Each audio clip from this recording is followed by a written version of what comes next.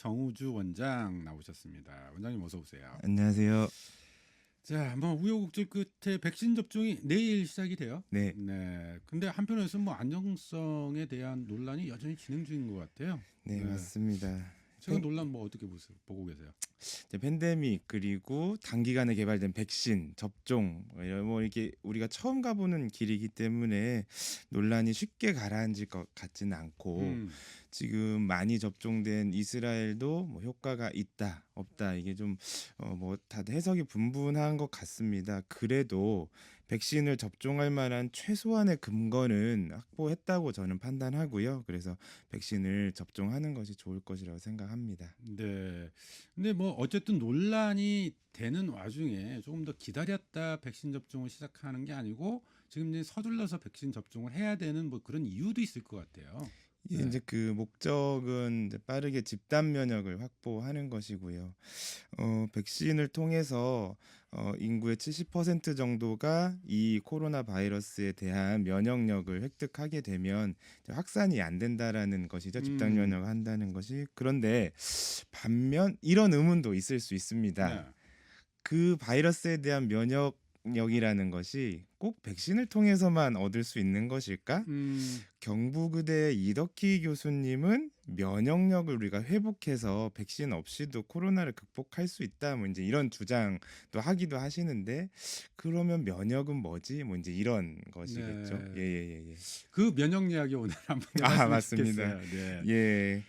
뭐 코로나 겪으면서 사실은 이제 면역력에 대한 관심들도 좀 많이 커진 것 같은데 오늘 가져오신 책도 이제 그런 책이라고요. 네. 맞습니다. 바이러스가 몸에 들어오면 그 반응이 모두 다릅니다. 어떤 사람은 중증 환자가 되기도 하고, 어떤 사람은 감기처럼 지나가기도 하고, 어떤 사람은 무증상으로 지나가기도 하죠.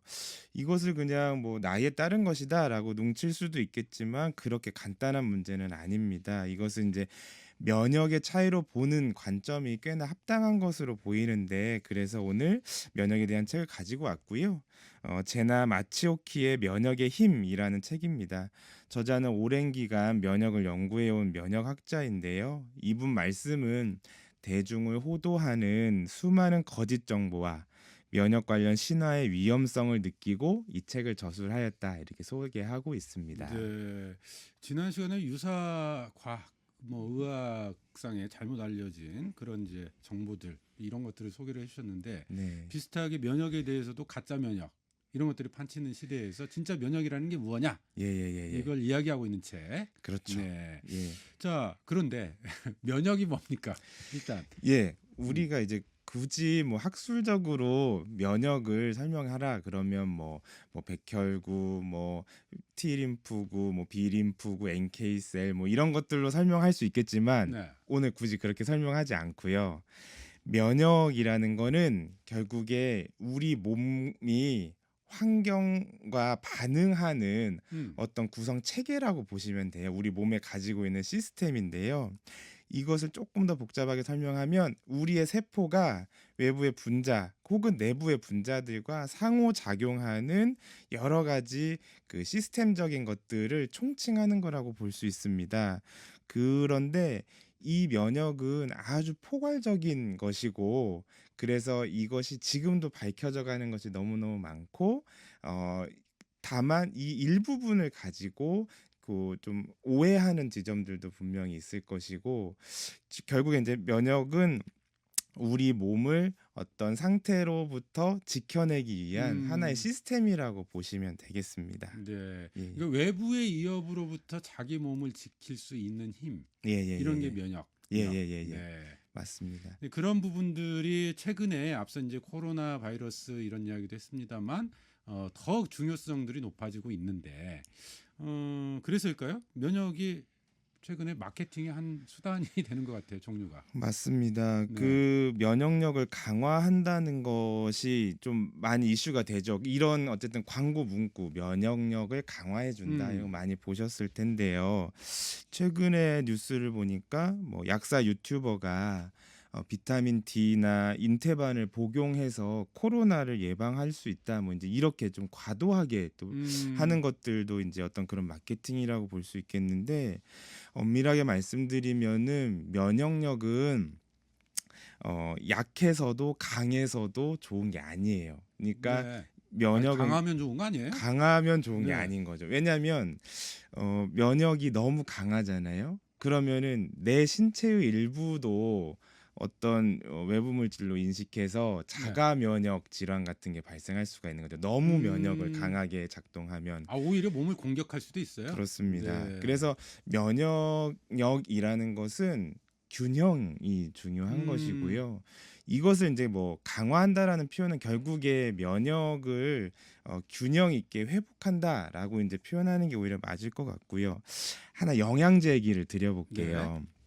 사람들이 이제 영양제를 복용하면 더 건강해진다, 면역력이 좋아진다라는 광고를 많이 믿죠. 이것이 사실이라는 증거는 좀 미약합니다.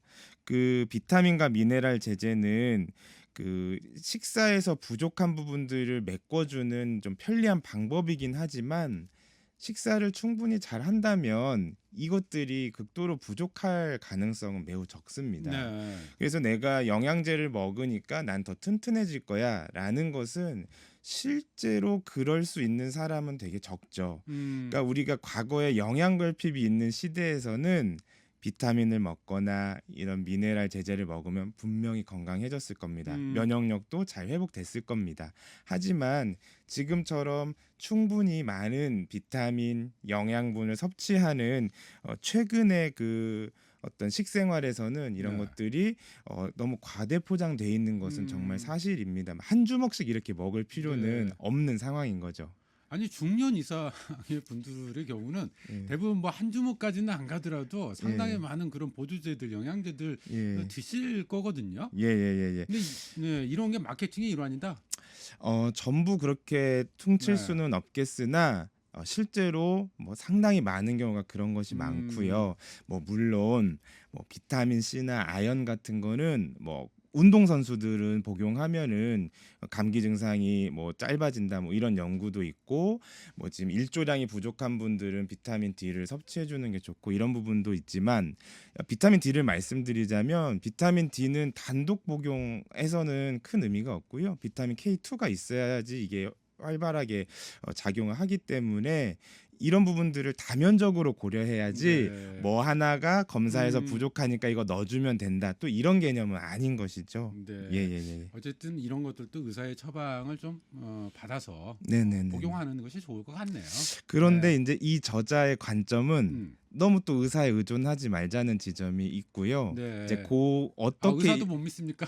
못 믿는 것이 네. 아니라 실제로 이런 의료적인 접근보다는 음. 생활 습관적인 음. 접근을 조금 더 권유하고 있어서 좀 또 네. 이제 추후 이게 얘기하면 소개시켜 드리겠습니다. 약에 의존하지 말고 우리 생활 습관을 바꿔보자. 이게 맞습니다. 핵심적인 예예. 키워드인 것 같네요. 네. 예예예예. 하나씩 좀 이야기를 해보죠. 네. 근데 그 중에서 예. 사실은 이제 이 저자가 이제 면역학자라고 들었거든요. 맞습니다. 네, 예. 면역학자가 이야기하는 면역력을 높이는 방법 예. 이야기일 텐데 네.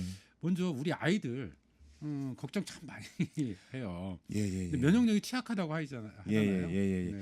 저 또한 인제 아이가 어린데 이 아이에 대한 면역에 대한 것들이 실제로 많이 궁금했어요. 근데 이 저자도 확실하게 말하는 거는 5세 이전에 상당히 면역 능력은 많이 구축이 되기 때문에 5세 이전의 어떤 환경적인 것들은 신경을 써 주는 게 좋다라고 얘기를 음. 합니다. 그 이때 형성된 것이 나중에 훈련을 통해서 성장할 수 그러니까 면역이 성장할 수는 있지만 이때 굉장히 중요한데 이때 중요한 거는 미생물에 많이 노출되는 게 중요하다는 겁니다. 그래요? 예, 네. 맞습니다. 그러니까 너무 깨끗한 무균적 환경, 그러니까 너무 과도한 위생, 이것은 오히려 면역이 훈련되는 것이 불리해지고요. 네. 자, 봐보면은 우선은 아이가 엄마의 몸속에 있을 때는 태반을 통해서 엄마의 항체를 네. 물려받고 또 나오면서는 뭐 자연분만일 경우에는 이제 질을 통해서 나오면서 세균에 노출되고 또 이제 그 제왕절개 수술 같은 경우에는 또 나와서 피부나 이런 것들에 의해서 노출되고요. 또 모유 수유를 하면서 엄마의 항체가 이렇게 갑니다. 근데 이제 이 항체들이 일시적이라는 거죠. 그러면 이제 아이가 자라면서 실제로 뭐 흙, 뭐 또 네. 타인의 피부 이런 것들을 음. 통해서 미생물을 자꾸 만나야 음. 다양한 미생물 총이 몸에 형성이 되고 다양한 미생물 총을 우리가 가지고 있어야 네.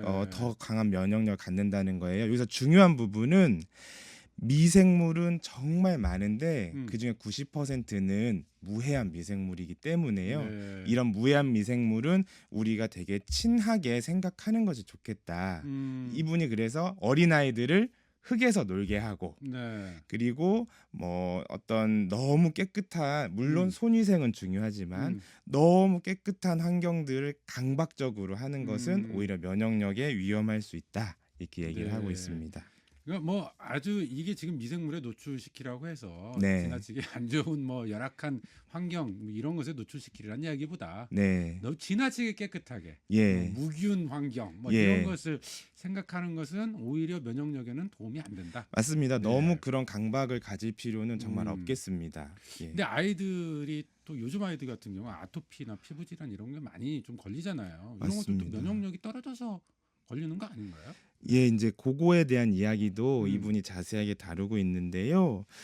아토피라는 것은 그 피부염이죠, 보통. 피부가 가렵고 건조해서 막 자꾸 긁게 되고 인제 이게 악화와 완화를 막 반복하면서 오랫동안 가는 질환이고 또 때때로 이 아토피 피부염이 뭐 천식까지도 이어지는 경우 꽤나 많이 보게 되는데요. 이것은 변화한 환경 그리고 생활 습관에 대해서 면역계가 반응해서 일어나는 것이고 이것은 1980년대 말부터 많이 보고되기 시작한 것으로 유추했을 때 어쨌든 현대인의 생활 습관과 환경 변화랑 밀접하게 관련이 있다라고 얘기를 합니다. 그래서 요거 또한 이제 어쨌든 가장 확실하게 밝혀진 거는 유전소인이에요. 그래서 네. 부모 중에 한 명이나 부모 둘 다 알레르기를 앓고 있었을 경우에는 자녀가 아토피일 경우가 많기 때문에 이제 음. 이런 경우에는 조금 더 이제 아토피에 대한 좀 신경을 쓰는 것이 좋고 그 외에는 아까 말씀드린 일반론적인 접근들 그러니까 너무 과도하게 이런 미생물과의 만남들을 제거하는 것은 오히려 피하는 것이 좀 네. 좋겠다. 이제 요렇게 얘기를 하고 있습니다. 또 현대 사회에서 이 좀 유해 물질에 노출되는 그것이 늘어나잖아요. 그 빈도라든지 환경 자체가. 그것이 네. 상당히 포커스라고 보시면 될 것 네. 같아요. 그런 것들 때문에 면역계가 새롭게 반응하는 음. 이런 알레르기성 질환들이 이제 나타나는 것이라고 보면 되겠습니다. 알겠습니다. 예. 알겠습니다. 자, 근데 면역력에 인제 도움이 되는 우리 몸을 지킬 수 있는 네. 이런 것들로 이야기 많이 했던 것이 인제 앞서 미생물도 이야기를 했는데 유산균 뭐 이런 이야기도 하잖아요. 맞습니다. 네. 아까도 말씀드렸지만 우리 몸에 다양한 미생물 총이 있는 것이 건강한 면역을 갖게 하는 아주 기본 그 원칙이라고 보시면 돼요. 음. 그러기 때문에 유산균이나 이런 장내 미생물을 증가시켜 주는 것들이 이제 좋은 전략으로 제시되고 있죠. 그런데 이런 이 저자는 이 제품을 이용한 흔히 말해서 네. 유산균이나 프로바이오틱스 같은 것들을 복용하는 것을 이용하는 것은 일부 효과는 있겠지만 과연 이것이 이제 제품으로 생산돼서 우리 장에 가기까지 계속 좀 살아있기가 쉬운가?라는 이 음. 의문을 하나 던지고요. 물론 기술적으로 그것들을 커버할 수 있겠지만 두 번째는 실제로 그럼 이것들이 장내에 이식됐을 때 기존의 미생물 총을 오랜 기간 다양하게 만드느냐? 이건 상당히 회의적이라고 합니다. 무슨 얘기냐면 일시적으로는 그들이 머무를 수 있겠으나 장기간 이것들이 다양한 미생물 환경을 만들 수는 없다라는 것이죠. 음. 그래서 이분은 어떤 걸 제시하냐면 채소 먹기를 제시합니다. 자, 네. 채소 먹기는 어떤 부분이냐면 섬유질에 다양한 미생물이 산다는 것이죠. 음. 그래서 섬유질을 많이 복용할 수 있는 것 그러니까 이것 자체가 우리가 뭐 채식이 좋다 뭐 음. 채소를 먹는 게 좋다라는 부분들 플러스 미생물에도 그러니까 우리가 무해한 미생물에도 많이 노출될 수 있기 때문에 이분 이야기는 너무 염분 높은 거, 당분 높은 거 먹지 말고 채소만 많이 먹어도 음. 유산균 제품을 굳이 복용하지 않아도 충분히 미생물 노출될 수 있다라는 얘기를 하고 계십니다. 네, 예. 알겠습니다. 자, 면역력에 대한 이야기 나누고 있는데요. 뭐 그래도 면역력을 높이는데 좋은 처방 좀 네. 몇 가지 이야기 해봐야 될 것 같아요. 일단 운동은 어떻습니까?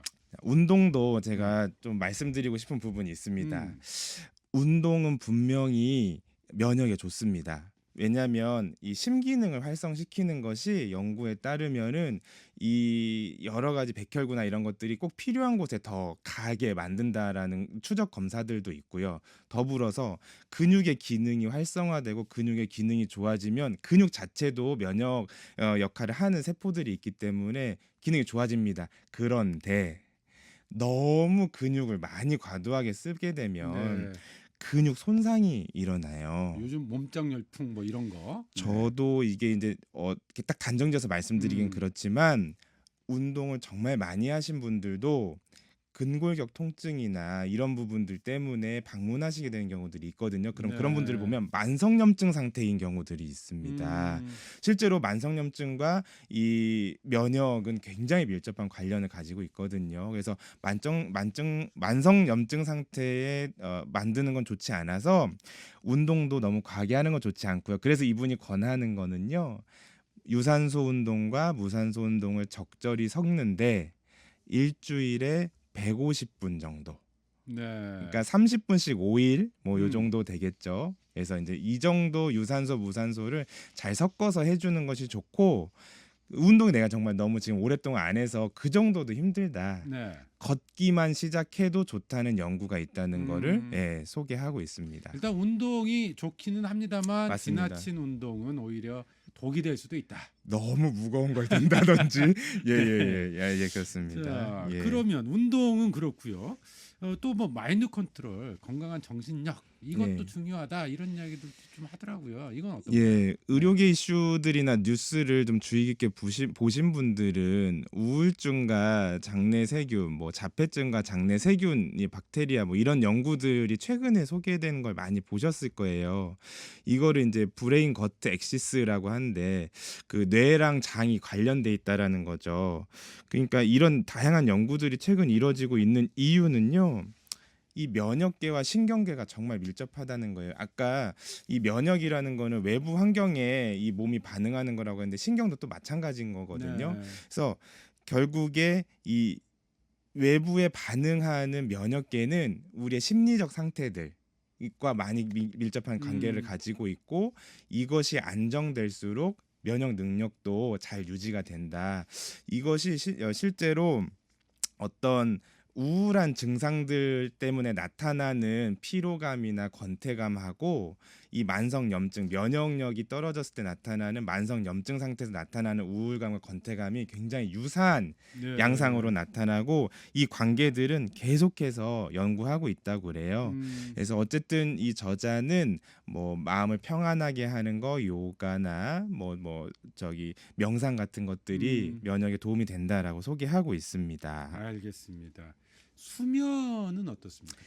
잠이 보약이다 이런 이야기도 참 많이 하거든요. 저는 이 네. 앞서 말씀드린 운동이나 뭐 정신 건강만큼 혹은 그보다 더 좀 말씀드리고 싶은 게 수면입니다. 수면이 깨지게 되면 바로 면역 저하가 나타나고요. 그래서 여러 가지 몸이 피곤하고 뭐 권태감에 빠지는 것들이 나타나는데 최소한 7시간에서 9시간 정도의 수면이 필요하고요. 이 이제 수면을 관장하는 것 중에 이제 멜라토닌이라는 것이 있는데 이 멜라토닌이 잘 분비될 수 있는 환경을 만들어 주는 게 좋은데요. 그것에 제일 좋은 거는 자기 전에 휴대폰 보지 않기입니다. 네. 이 블루라이트가 나오면 멜라토닌이 잘 안 나오기 때문에 이제 음, 그런 것들이 권해지고 있습니다. 네. 예.